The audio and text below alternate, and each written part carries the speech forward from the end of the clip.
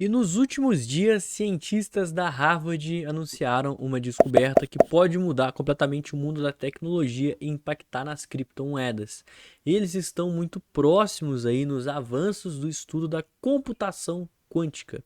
E sim, isso pode impactar não só na tecnologia, mas também nas criptomoedas, porque um computador quântico conseguiria, em teoria, quebrar todo o sistema de mineração e criptografia do Bitcoin. Então eu vou explicar um pouquinho mais sobre isso, vamos debater se isso realmente é uma ameaça para o mercado cripto, o que seria, né, uma realidade de computadores quânticos ligados à criptomoeda e, claro, o que foi essa descoberta aí dos cientistas da Harvard. Será que realmente é uma ameaça? Vamos entender o que está acontecendo logo depois da vinheta.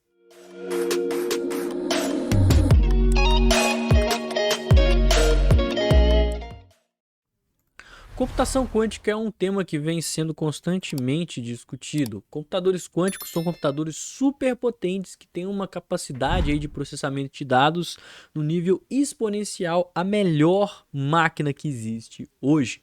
Computadores quânticos poderiam revolucionar diversas áreas da engenharia, da matemática, do processamento de dados, permitindo com que a gente tivesse computadores aí capazes de elevar a tecnologia, a descoberta, a gestão de dados para um nível nunca visto. E tem uma equipe aí composta por vários cientistas e também liderada por pessoas da Harvard que afirma ter criado um processador inédito que pode revolucionar o campo aí da computação quântica. E isso poderia impactar várias áreas do mundo, incluindo as próprias criptomoedas. Então, basicamente, computadores quânticos são aqueles computadores que são capazes de resolver problemas clássicos, que são chamados problemas binários, com uma vantagem muito grande, que é a vantagem quântica. Então, basicamente, essa vantagem ela faz com que o número de cálculos feitos ali por segundo seja absurdamente maior. Hoje em dia, um computador ele processa os dados da seguinte forma, que a gente chama aí de bit, né? A variação aí de informação. Quando ele tem um código binário, né, que é aquele que fica passando as informações em 0 e 1, e a unidade mais básica de processamento, eu nem sou muito dessa área, tá? Mas é pouquinho que eu sei assim, qualquer informação que você vai ter no computador é composto por um conjunto de dados que pode ser ou 0 ou 1. Então, a alteração desses conjuntos de dados vão dar aqui os dados para o computador executar certos comandos. E a computação quântica permitiria com que esses dados fossem além de 0 e 1, o que abriria um leque de possibilidades muito grande, que seria justamente essa vantagem quântica.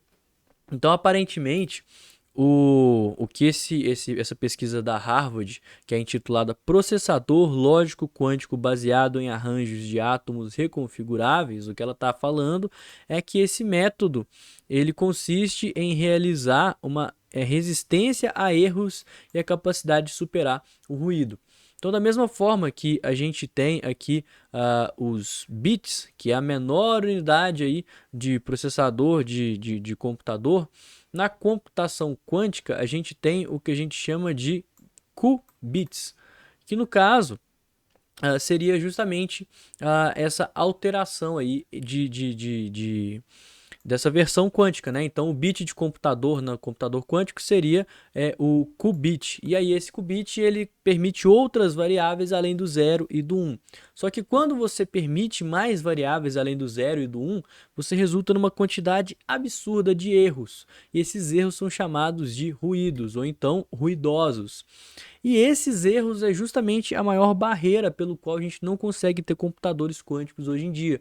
Porque se você aumentar esse leque de possibilidades 0 e 1 e começar a permitir que tipo, tenha 0, 1 e 2, você já vai abrir um leque absurdo de quantidades aí de dados que o computador pode formar, e isso resultaria em vários erros, vários bugs, e consequentemente esses bugs acabam por ser maior do que os dados. Por isso que é tão difícil ter uma computação quântica, e o que o estudo da Harvard está afirmando é justamente que eles conseguiram superar esses ruídos, diminuir a quantidade aí de erros.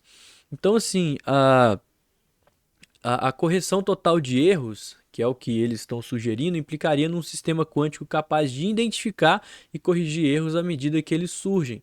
Porque vão surgindo informações novas, em vez delas ficarem armazenadas, elas vão sendo excluídas para não ter tanta informação e sobrecarregar a memória. É assim que a computação quântica teria que funcionar. Então eles aproveitam para prever os erros que vão acontecer e impedir aí que eles aconteçam. Então o processador da equipe Harvard, em vez de corrigir os erros durante os cálculos, ele adiciona uma fase de detecção de erros de pós-processamento, onde resultados aí que seriam errados, que poderiam resultar em bugs, eles sejam identificados e rejeitados. E essa é a grande descoberta que eles fizeram, né? No começo aqui do vídeo eu falei de uma forma um pouquinho mais técnica, assim, né? Tentando explicar, né, essa parte da notícia justamente para você entender como que funciona a computação quântica. Mas, por exemplo, para você se minerar Bitcoin, você literalmente usa da sua computação, né, os zeros e o 1 para conseguir formar uma sequência específica para resolver o problema matemático. Agora, se você tiver um computador que consegue fazer vários processamentos e calcular várias possibilidades extras, utilizando outras variáveis, esse bloco poderia ser minerado numa velocidade absurdamente superior aos 10 minutos, que é o que acontece hoje em dia. Por isso que, em teoria, se a gente tivesse um único computador quântico ligado à rede do Bitcoin minerando, ele estaria simplesmente competindo com vários outros computadores que simplesmente estão fazendo cálculos considerando 0, 1, 0, 1, 1, 1, 0, 0 e toda aquele código binário, né, em bits, enquanto os computadores quânticos trabalham de uma forma muito mais expressiva. Consequentemente, se isso acontecer, esse computador ia conseguir, estatisticamente falando, minerar os demais blocos. Mas tá, como que isso vai funcionar na prática? Será que isso realmente vai representar uma ameaça para o Bitcoin? Bom, primeiramente, esse computador não existe.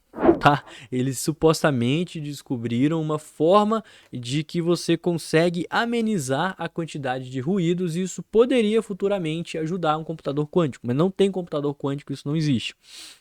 Segunda coisa, se eventualmente existirem computadores quânticos, primeiro que o foco das pessoas, né, não vai ser em quebrar criptografia do Bitcoin. A gente tem coisas muito mais valiosas, né, como por exemplo banco de dados criptografados de vários governos ao redor do mundo, né, Estados Unidos, China, Rússia. Então certamente os computadores quânticos, eu acho que eles teriam um foco muito mais voltado para essa questão política, às vezes bancos mesmo, né, grandes bancos, fazer ataques hackers a bancos, do que a criptomoeda em si.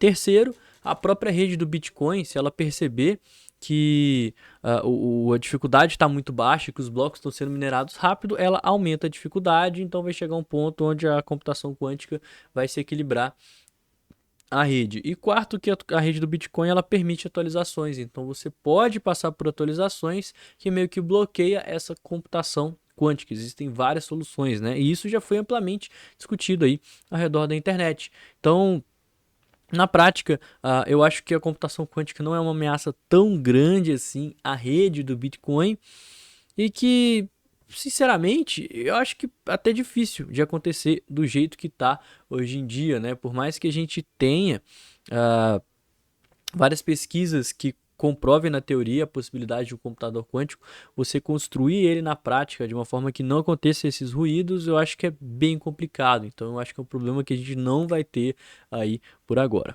certo? Bom, então o vídeo de hoje foi esse, espero que eu consegui aí passar um pouquinho mais a ideia sobre essa questão de computação quântica. Como eu falei, né, a minha área não é aí do desenvolvimento de software, não é dessa área de tecnologia, né? O pouco que eu acompanho em canais, em notícias e artigos é o que eu tento trazer aqui para você de uma forma um pouco mais fácil de entender, né? Porque realmente é um tema meio complexo, com alguns termos aí que a gente não conhece muito. Então acho que isso já vale aquele like. Se você realmente gostou desse vídeo, não esquece de compartilhar com quem aí fala sobre essa questão aí dos riscos da computação quântica. Comenta aqui, né, se ficou alguma dúvida, me segue nas redes sociais. E no mais eu vou ficando por aqui. Tenha um excelente dia, uma ótima semana e valeu, galera. Tamo junto.